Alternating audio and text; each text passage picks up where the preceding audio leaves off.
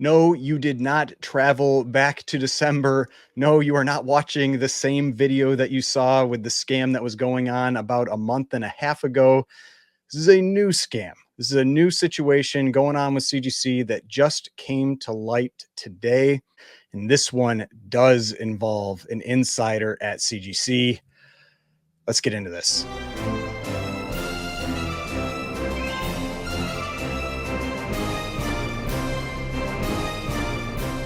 All right, so before we get started, please remember to hit that like button and hit the subscribe button if you'd like to see more content like this. So we have got another scam situation going on at CGC. Now, you could say this one is, maybe it's better than the other one because this is actually an inside job. So once you get rid of that person, it's no longer an issue. Not like the Reholder Gate situation where that could still be an issue where someone could open slabs, swap out books, all that kind of stuff. So, it's bad.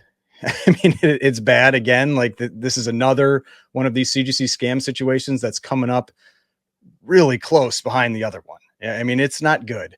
But maybe you could, like, the silver lining, if you want to take a silver lining, is that once you get rid of this person, at least gets rid of this specific issue.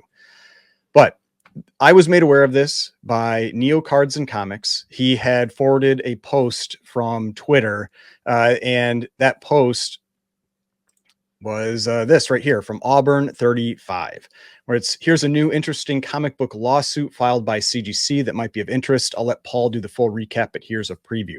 So who he's talking about here is Paul Lesko, who is from my understanding, he's a lawyer who often speaks to collectibles issues, like the law around collectibles issues.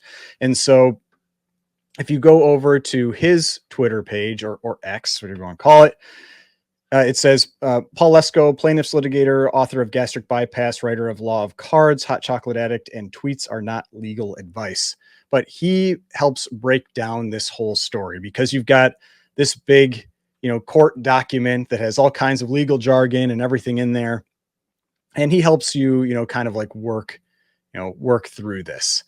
But overall, again, not a good situation to have pop up again with CGC. But the plus side, like I said, they can handle it by getting rid of this employee.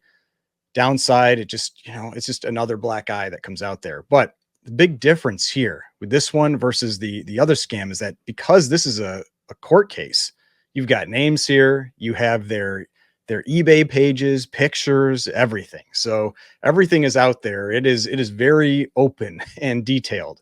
But let's just start into it right here. We've got the United States District Court, Middle District of Florida, Tampa Division, and its Certified Collectibles Group, which is who owns CGC. CGC is part of Certified Collectibles Group, versus Brandon Terrazas, I may be pronouncing that wrong, and Ayana Terrazas. And basically, CGC is bringing a lawsuit against these two individuals because of the damage that they have done to the reputation of CGC with what they did. And we're gonna get into the details here.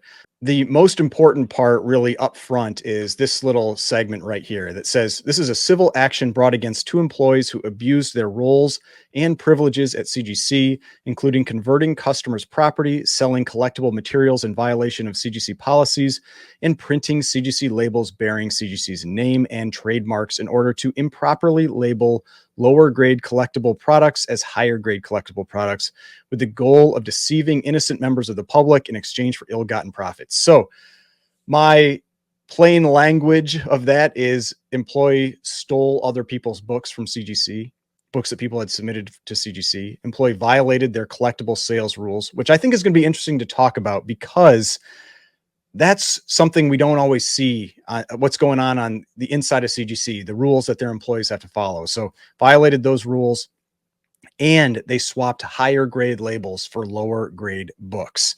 So lots of bad things that were part of this. And he breaks that down to appears that they stole stuff, used CGC labels to make stuff seem better than it was, all for their profit. That's his, TLDR of this general lawsuit. But if we go into this, we get a little more, a little more detail about this employee. This employee, Brandon Terrazas, was employed at CGC since 2022. And the big thing there that tells me is that this is a different person from the other scam. Because that other scam we know was going on for a long time, at least what that seller was selling books for a long time, going back quite a few years. Whereas this is just 2022. And when we get later on and talk about this, it doesn't look like he actually started doing this scamming stuff until around 2023. So it is almost certainly a different person than what we had with the other scam. I've also had people tell me that this isn't the name of the person that did the other scam. So it does seem like this is a completely separate issue. But getting into the details here, Brandon Terrazas, an employee at CGC since 2022, engaged in a fraudulent scheme with his wife, Ayana, to strip CGC of this goodwill by stealing customers' comic books from CGC facilities, generating duplicates of legitimate, authenticated CGC grade labels belonging to highly valuable comic books, encapsulating less valuable, lower grade comic books with these higher valuable duplicate labels, and offering, or these higher value duplicate labels, and offering such mislabeled goods to the public at large. So they're saying, this damaged CGC's reputation. And there's no question about that. It's like when people are sending their books into them, they are handing that over with a lot of trust that what you are sending is going to come back to you. They aren't going to damage it. They aren't going to do anything wrong with it. They aren't going to swap it out with a different book, or in this case, they aren't going to steal it from you. And so this is a little different from what happened with PGX. With PGX, my understanding, what had happened, what really hurt them early on, was that people would send in books, they would swap in worse books and then send those back to the person and then keep the other one. In this case, this person just sounds like they were just straight up stealing the people's books. And then CGC probably had to go like, oh, sorry, we can't find them, and then refund the person and work it out that way. But in this case, they're just straight up stealing these books. But we're going to get a little more into that here. But these next couple sections are just about CGC, grading comics, their trademarks, all that kind of stuff. But here's where we get into the what I'd call the more interesting part of this story. And it's when we start to see what types of rules CGC employees have to follow.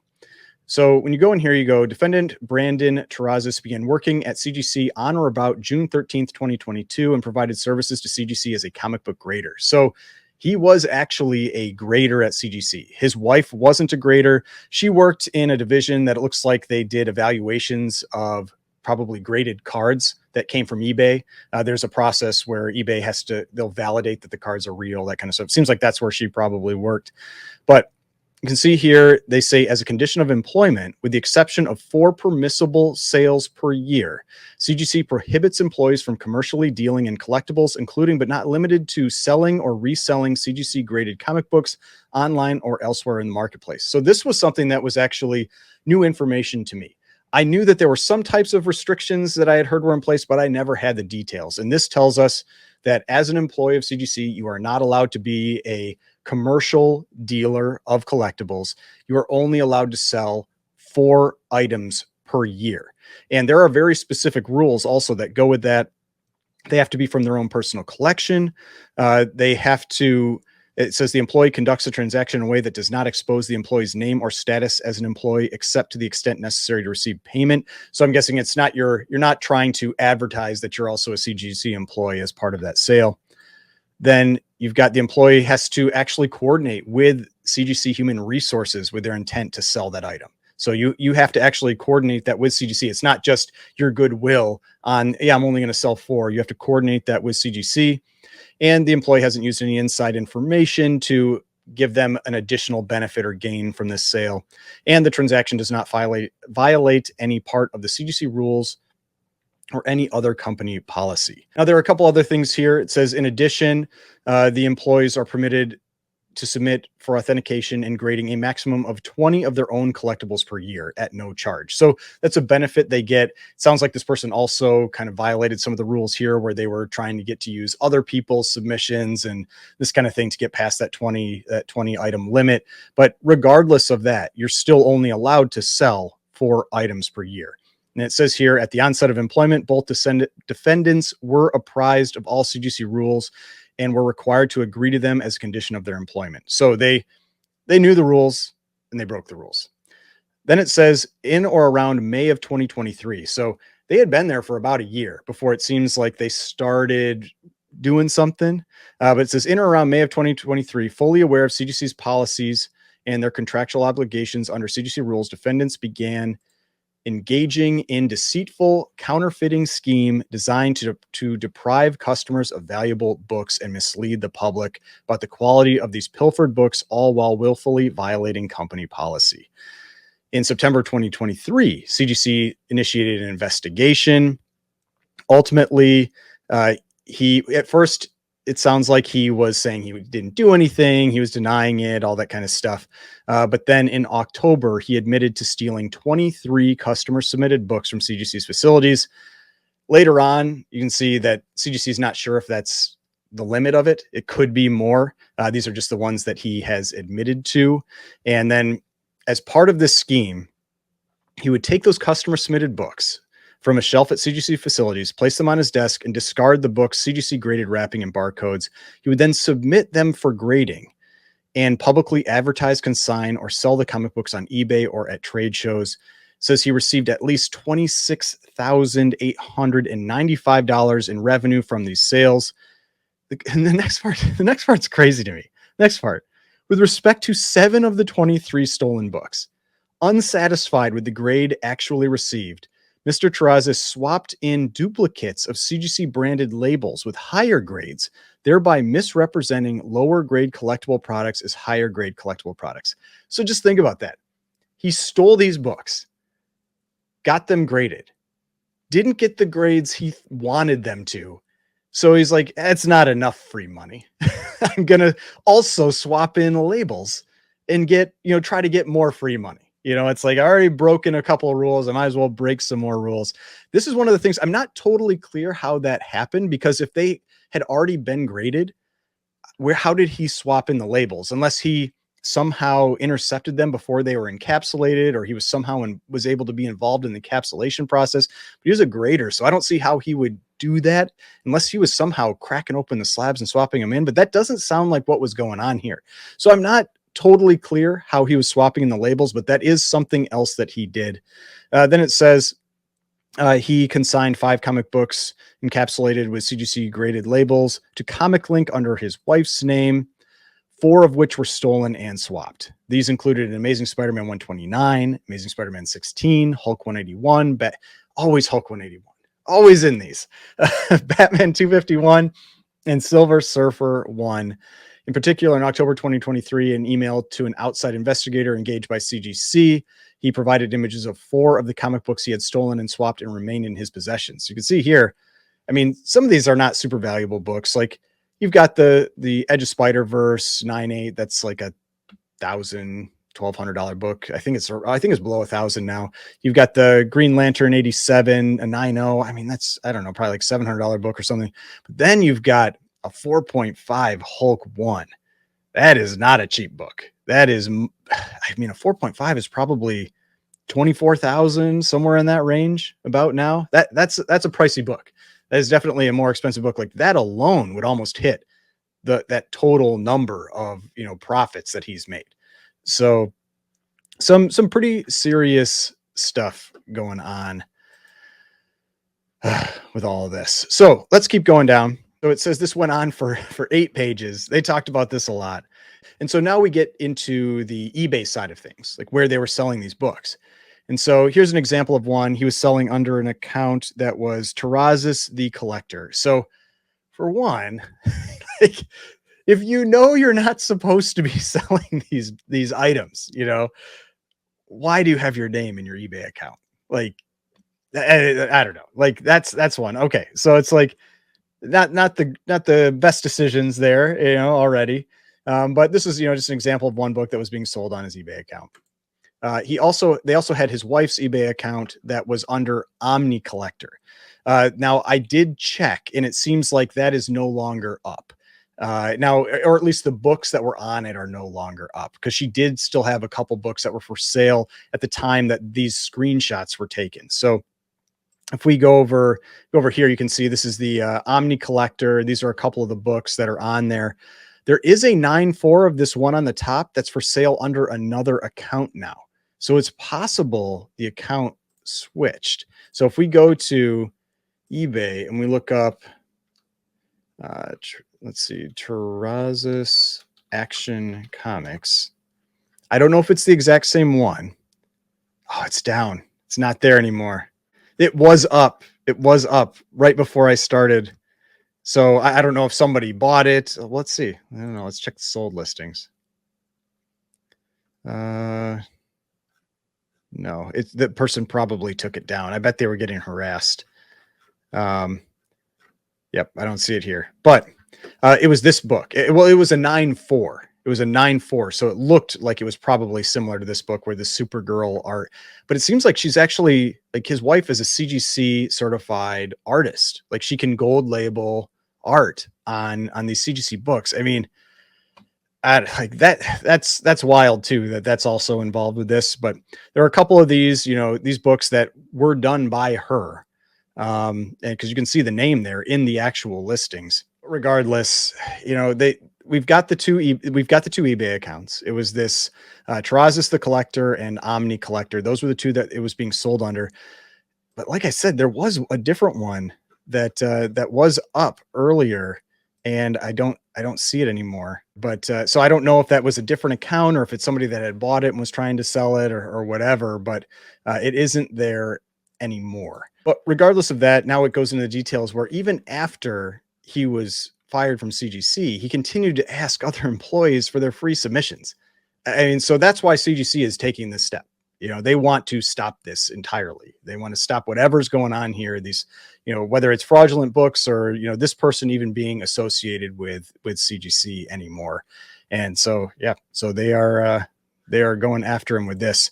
But if we keep going down here, you can, if you want to check this out yourself, this is where Paul Lesko breaks down all the stuff that I just talked about. How many books they're allowed to sell per year, how many submissions they're allowed to do, what this person was actually doing, where they were stealing the books and submitting them themselves and then, selling them.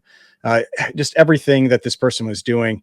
Now, one of the interesting things that's at the end here I mentioned was that even though it talks about 23 books, it says here, the Terrazas scheme has been slowly revealed through admissions, albeit admissions that are incomplete.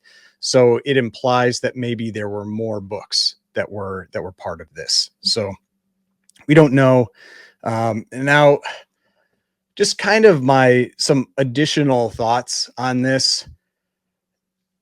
When Matt Nelson was on that interview with West Coast Avengers and 99 Newsstand, I did go back and check because I remembered they had asked if it was like an inside job, if it was somebody that worked at CGC, and he had said no. And I did go back and check, and their questions were specific to that incident. So his response was technically correct, but I mean, this was back in October or September of 2023 that they found out about this. So they definitely knew this was going on, and this had not been made public. So that's why, for the people that say we should stop talking about this, that, you don't need to bring up this stuff, that everything's being resolved. We're not being told necessarily everything that happens, everything that's wrong, the things that can go on out there. And so you do need to talk about this stuff. Like even when the opportunity came up in that interview where someone asked about, was there any type of inside job? Like, yeah, technically that 350 book one probably didn't have an inside person, but this was also going on last year. And, this lawsuit comes out about it. This is the kind of thing where you understand that transparency can be both good and bad. The company can take a hit with the transparency, because I know who's going to be commenting on this video. It's going to be a lot of the people that hate CGC are going to be like, I told you so, this is going on, this kind of thing. And yeah, it's like, they'll get hammered by that kind of stuff whenever they admit to something. But this is why you also want them to be open. You want to know what types of things to look out for. Like, I don't remember any list of these types of books coming out. Like there was nothing that anybody was notified of this. Maybe it was done behind the scenes. Maybe they reached out to people behind the scenes. I don't know. But this is another type of thing where we don't have a 23 book list of these books. We don't know exactly which ones. Maybe they've recouped them all. I don't know, but that's the kind of thing where, yeah, it would be good to have that type of transparency, so we really know what we're getting. We really know what we're dealing with. Now, I did see some comments on other posts from, obviously the people that don't like CGC. Like, I get it. There are people out there that don't like grading, don't like CGC, whatever, and saying things like, "Oh, you'd be crazy to use CGC now." I'm telling you, I'll still use CGC after this. Like, this isn't going to stop me from using CGC. I mean, there's going to be stuff like this that's going to happen. The example that I think that I put out there in a response was, if like Ford or Toyota does a recall because of some problem with their car, you don't just go like, like, I told you they were scammers. Like, they're just trying to rip you off with their cars. And it's like, no, it's like they found an issue. There's going to be things that happen when you have big companies and you have millions of products and you have thousands of employees or hundreds of employees or whatever it is. You're going to have issues every once in a while. It's just how you handle them. It's how you handle those issues. So hopefully, this type of stuff where you have these punishments that get, doled out in the public, it deters people from doing this kind of stuff. But if people can make money ripping other people off, it happens. It's just the world, and you've got to be aware of it and, try to protect yourself as best you can. I said it before and I'll say it again. I still think CGC provides a very valuable service. I mean, I do think that, but man, like the black eyes the last couple of months with the Mark Jeweler Fooler and the inside job here. But hopefully we don't have, too many more situations like this coming out, but you never know. We'll see. We'll see what happens in the future. I'm sure people are going to be on the lookout for lawsuits like this out there to see if there's anything else that's happened in the past that maybe we didn't catch. But hopefully you enjoyed this video, got something out of it. If you don't like CGC, you probably still don't like CGC. You like them even less now. If you do like CGC, if you're like me, like I do like CGC, but yeah, you never like hearing this kind of stuff, especially stealing people's books that were submitted. That's awful. Hopefully from that, there's maybe new processes that are put in place to restrict that ability, because that's kind of crazy to me that you could actually steal books. Like, I would think that there would be something where you're just not even able to bring in or out collectibles, like that they would be checking bags or whatever, or maybe this was all done internally. That's how they did it, is they just kept everything internal. I don't know. But yeah, it's pretty wild that they could just walk up to like a shelf and steal people's books. Yeah, maybe they got to put a few more checks in the process to prevent that kind of thing in the future. But hopefully you enjoyed this video. If you did, please hit that like button, subscribe button, notification bell, all that kind of stuff. Got more videos over here. If you'd like to watch some of my other videos, subscription button is right here. If you'd like to subscribe to the channel, I'd really appreciate it. And I will see you in the next video.